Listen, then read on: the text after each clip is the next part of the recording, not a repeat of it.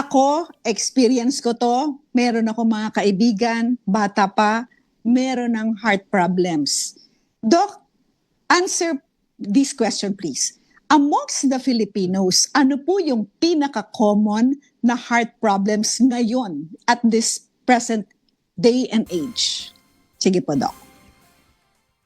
To answer, actually, for the past decades na rin, ang pinaka-common na heart problem ng mga Filipinos, and actually globally, worldwide, is ischemic heart disease. So, yung ischemic heart disease, ibig sabihin, problem siya sa blood supply ng puso natin. So, it could be from whatever cause. Ang nangyayari is nagkukulang ng blood supply yung puso natin, and in return, nangihina po siya, and nababawasan yung pag-ikot ng dugo sa buong katawan natin. So, ischemic heart disease can be brought about by iba't ibang mga causes, which is commonly hypertension, diabetes, and other conditions then. So commonly actually sa Filipinos, diabetes and hypertension, which would eventually lead to ischemic heart disease. Kaya number one talaga si ischemic heart disease, especially in terms of morbidity and mortality. Ischemic heart disease talaga ang number one nating common problem sa heart sa mga Filipinos. Okay, Miss Annie, nagkukulang ng blood supply sa puso natin. Parang medyo mahirap talaga yun, ano? Sige, Miss Annie, ikaw naman magtanong. Okay. Thank you very much, Attorney Dot. Gusto pa namin lawakan ng aming pag-unawa dito sa usaping ito. Ano yung mga early warning signs na may problema na ang puso mo, ang puso ko, ang puso nyo, kahit hindi pa malala ang nararamdaman, Dr. Jared? Yes, actually, that's a good question. Kasi yung mga sintomas ng heart problem or heart attack, pwede kasing sahalang tayo makaramdam pag may malala ng problema talaga yung puso natin. So important na ma-recognize natin yung mga early signs or mga symptoms na pwedeng magdulot or pwedeng maging senyales rather than ng mga heart attack. So halimbawa dito, kabilang dito yung nakaranas ng hirap sa paghinga, paninikip or pagsakit ng dibdib, pati yung pagbigat ng dibdib. Pwede siyang senyales ng impending or early signs ng heart attack or problema sa puso. Tapos meron din kadalasan may iba tayong nararamdaman na halimbawa pananakit ng balikat, pagsakit ng tiyan na pwedeng related pa rin sa puso . So it's always important na alamin natin kung may iba talagang mga sakit na meron yung mga patients na pwedeng mag-point out na puso ang nagiging dahilan ng kanilang sintomas. Okay, yan naman pala. Attorney, sige po. Okay, so ayun mga signs pala, early warning signs. But Doc, okay, like for instance, Miss Annie and I, we both work very hard. Paano po namin malalaman kung yung nararamdaman namin na chest pain, masakit yung chest namin, ay heart problem na to or heart attack na, and hindi simpleng pagod lang? Sige po, Doc. Question, Attorney. Yes. So actually, yung chest pain natin, usually pag ang chest pain natin nang gagaling sa puso, ang tinatawag natin doon angina. So it's a common term, a common medical term. It means yung pain nang gagaling sa puso.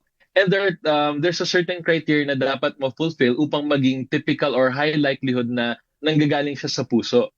So yung angina natin or yung chest discomfort, ang una-una natin tinitingnan yung characteristic. So ano bang ginagawa ng mga tao before sumakit or yung dibdib. Halimbawa, pwede siyang physical exertion, physical stress, or in some cases, emotional stress can also lead to heart attack or heart problem. So yung una, yung trigger natin, tinitignan natin.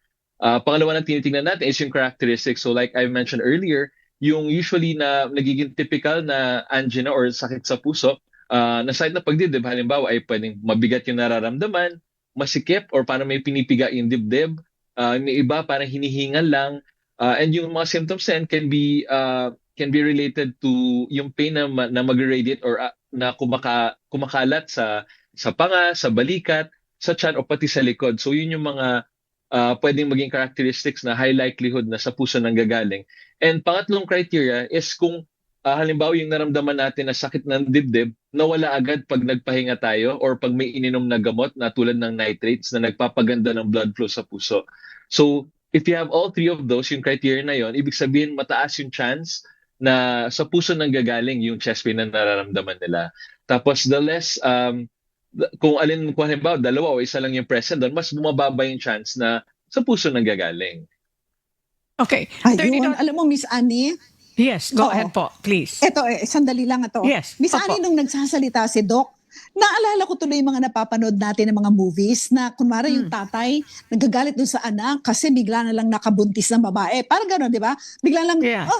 bigla na lang sumasakit yung puso and then namamatay na kagad. Ayun na yun. Hindi yung pala sinasabi arte ni yun, Doc. Dahil, emotional, di ba? That's Emotional correct. stress. Sabi ni Doc, pwedeng physical stress, pwede rin emotional Exactly. stress. Oh.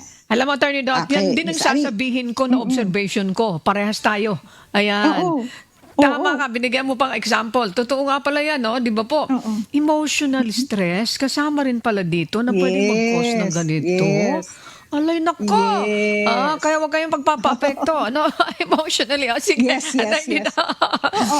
Okay. Hindi, Miss Annie, bago ka pumunta sa tanong mo, Opo, alam mo, opo. nung bata ako, nagre-react ako kaagad sa mga stress. Nagre-react ako ngayon kasi natututo ako sa mga guest natin. Kapag merong stressful na sasabihin sa akin, humihinga na lang ako ng malalim and then relax lang. Kasi 'di ba, pwede ka talagang magka-heart attack, 'di ba, Doc, no? Physical and Sige, Miss Annie, emotional. go ahead. Oo. Physical and oo. emotional, nakatatak sa isip namin yan. No? Sige. Yes. Doc, yung sinabi nyo, Doc, Attorney Dot, allow me to ask this question. Quickly lang po. Ilang minutes yung pain para masabi mo na mag-roll out ka na that's nothing to do with your heart? Halimbawa, may naramdaman ka, Usually, biglang nanakit. Pagkatapos, parang sumundot lang. Pero after few minutes, nawala na. So, para ma-roll out mo, that's nothing to do with your heart, ano yung pwedeng tandaan ng ating mga kababayan? Yung usual number na binabantayan natin is around 15 to 30 minutes duration ng Okay. chest discomfort or chest pain na nararamdaman nila. Yes. Ayan. Pero mas binibigyan natin pansin yung tatlong criteria, yung characteristic, yung trigger, and yung relieving factor ng chest discomfort. Okay. Attorney, maganda Okay. yung anong yun. Okay. Thank you for that, Doc. Balik ko sa inyo, yes. Attorney Dot. Go, please. Thank you po. Yes, Miss Annie. Okay. Okay, Doc. Sige. Ito naman, napaka-importante ng susunod na tanong. Ano po yung mga basic tests po na dapat gawin para po ma-detect agad kung meron po tayong problema sa puso? Ayan. Kasi minsan, wala kang kamalay-malay. Ang healthy-healthy mo, di ba? Ang healthy, yung pala, meron ka palang sakit sa puso. Sige po, Doc. Yes, actually, yan, very important din na malaman natin kasi yung mga tests sa puso, marami kasi talaga yung mga available na tests, especially here sa Philippines na pwedeng magbigay sa atin ng sign or mag-screen for any heart problem. So, common na ginagawa, for example, is an ECG or electrocardiogram na yun yung dinidikit sa chest natin tapos sine-check doon yung electrical activity ng heart natin. So, important siya na test para makita or makapagbigay na idea sa doctor nila if may electrical problem yung puso, una-una, halimbawa for such as an arrhythmia or irregular na pagtibok ng puso, meron din makikita tayong subtle signs ng pagbara ng ugat sa puso. Pwede natin din makita on ECG. Then other things on ECG na pwede natin makita would be other signs ng structural problems, although hindi naman gano'n ka-accurate na siya yung ECG in terms of figuring out structural problems. Ang isa pang test na pwedeng ipagawa is a stress test. Usually, parang ECG din siya, pero instead of nakahiga yung patients, pinapatakbo sila. So as the name entails, we have our hearts undergoes physical stress in order to see kung ano yung reaction niya pag nasistress yung katawan natin. Kasi nga, yun yung pwedeng maging trigger ng heart problem. So, ini-induce natin yung stress para makita kung yung puso ba natin humihina or bumibigay under stress as compared to under normal resting conditions. And another test na pwede rin mapagawa is a 2D echo. So imaging study din siya na gumagamit ng ultrasound para makita yung puso natin. So mga minor structural problems inside the heart, makikita natin sa 2D echo. Then of course, aside sa mga imaging, and meron din tayong mga blood tests so na binabantayan, especially routine natin ginagawa para makita kung may chance ba tayo or tumataas ba yung risk natin magkaroon ng heart problem. So halimbawa dun yung cholesterol, check din natin yung cholesterol, blood sugar, as well as yung mga electrolytes that can affect yung trabaho ng puso din natin. Okay, recap lang, Attorney Dot. I-recap natin. Recap. Kung pwedeng ECG, pwedeng stress test, pwedeng to the echo, pwede rin po yung mga blood test na yan. Mayroon cholesterol check doon sa blood sugar, tapos yung electrolytes. Ayan, yun ang binabanggit ni Doc Jared. Attorney, habol ka pa po. Baka mayroon kang gusto idagdag. Yes, Habol Miss ka, Annie. Attorney, sa mga tanong Yes. pa natin. Yes, Attorney, Miss- go please. Thank you Yes, po. Miss Annie. Well, kanina I already mentioned na meron akong kaibigang bata, no? Pero yung pala may heart problem. Doc, is it really true na kahit bata o mukhang healthy, yung when you look at the person, he looks normal. But Yes. yun pala, meron po palang heart disease. Go ahead po.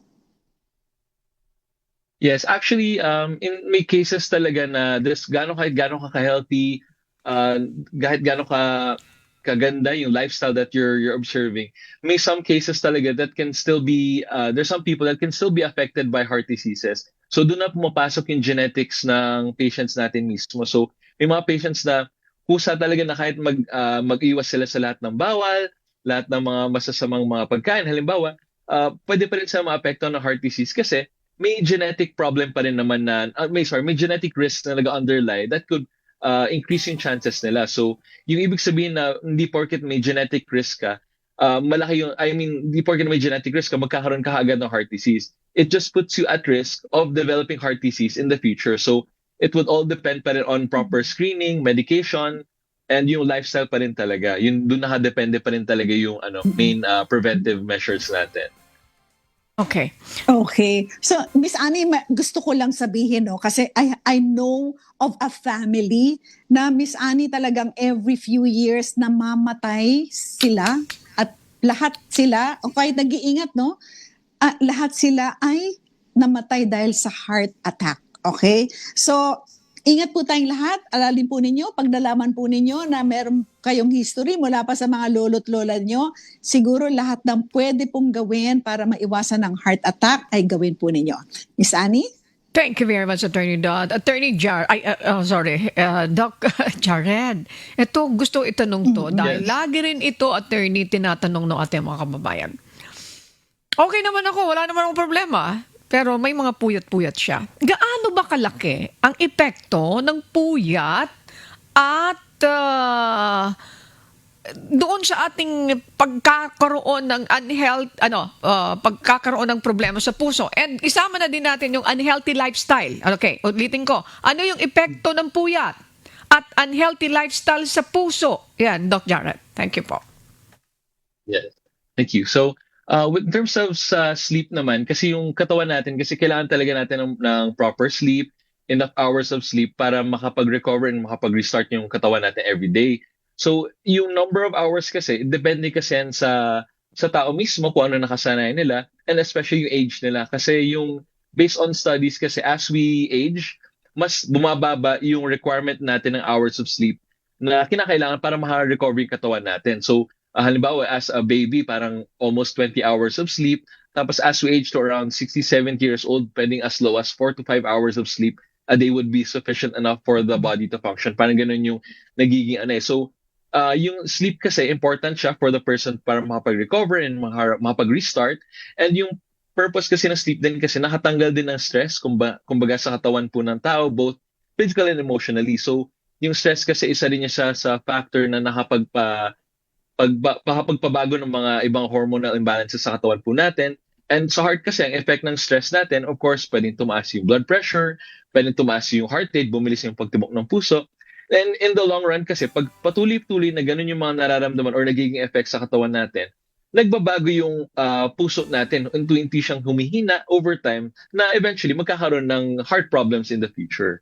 So yun po yung Kaya another thing in terms of mga lifestyle, ganun din po. So, at first, syempre, yung mga medyo kabataan tayo, maraming mga unhealthy lifestyle choices tayo nagagawa na wala naman naging consequences at that time. So, but as we age, kung patuloy-tuloy pa rin natin ginagawa yung mga unhealthy lifestyles, nag-accumulate din siya and eventually nagiging problem for the heart.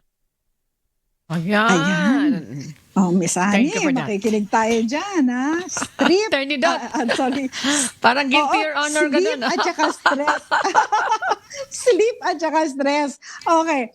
So, okay. Ako Doc, naman eto hindi, medyo... attorney, mayroon ako maganda tulog ko. okay ka. Basta, Yes. nabanggit kasi niya yung age eh. Baby ka pa, alay nako, 20 oras. No po? Pero pagka yung edad mo 67, 4 to 5 hours. Ayan, pasok na pasok doon eh. Yan, okay. At maaga pang matulog. Sige. Pero attorney Doc, okay. ikaw, guilty ka doon. Yes. Sige. Oo, Sige, go ahead, guilty, Your attorney. Honor. Okay. Okay, Doc,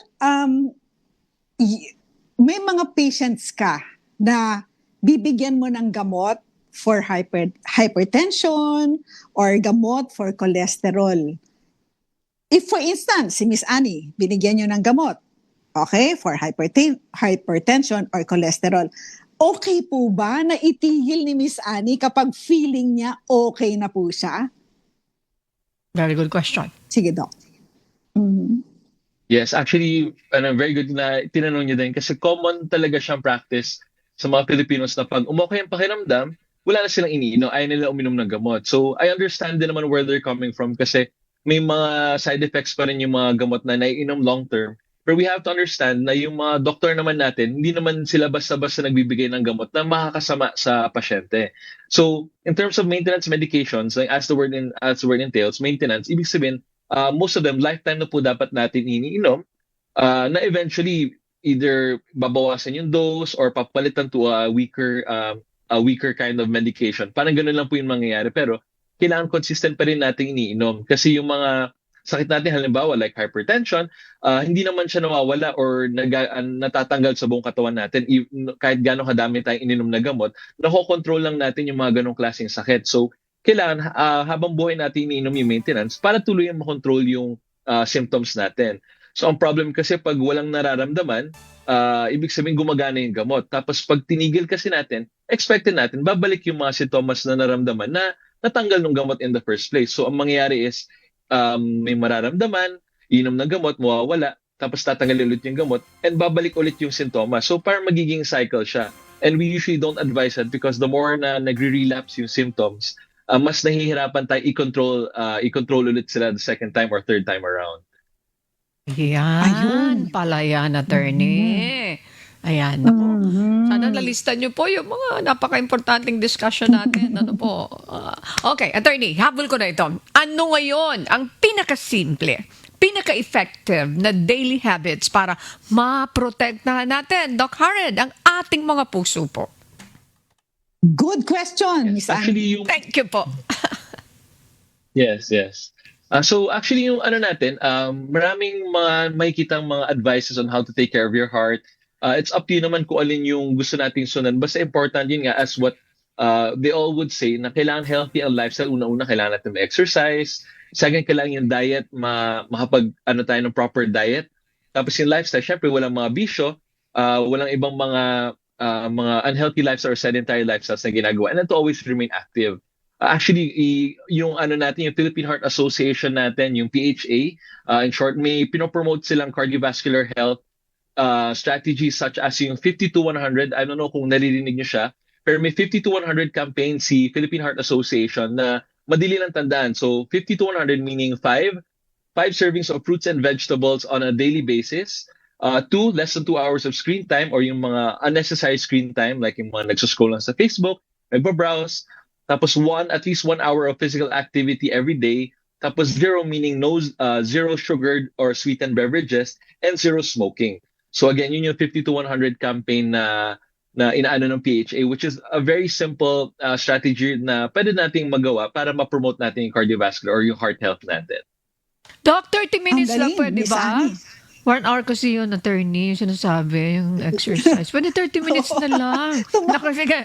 Tumatawad ka Pwede pa. Pwede naman siya chop-chop na 30 minutes sa umaga, 30 sa gabi. Pwede Oh, naman. wow. Very good. Okay. Like it. Okay, sige. Ayan. Okay. Turn it out. Okay. Actually, kanina, Miss Annie, I already informed you guys about yung family na kilala ko na, Yes. na parang every few years may namamatay sa kanila from heart attack. Okay? Kung kunwari, you are a member of a family that has history of heart disease, medyo, kunwari, ikaw bunso ka na, no?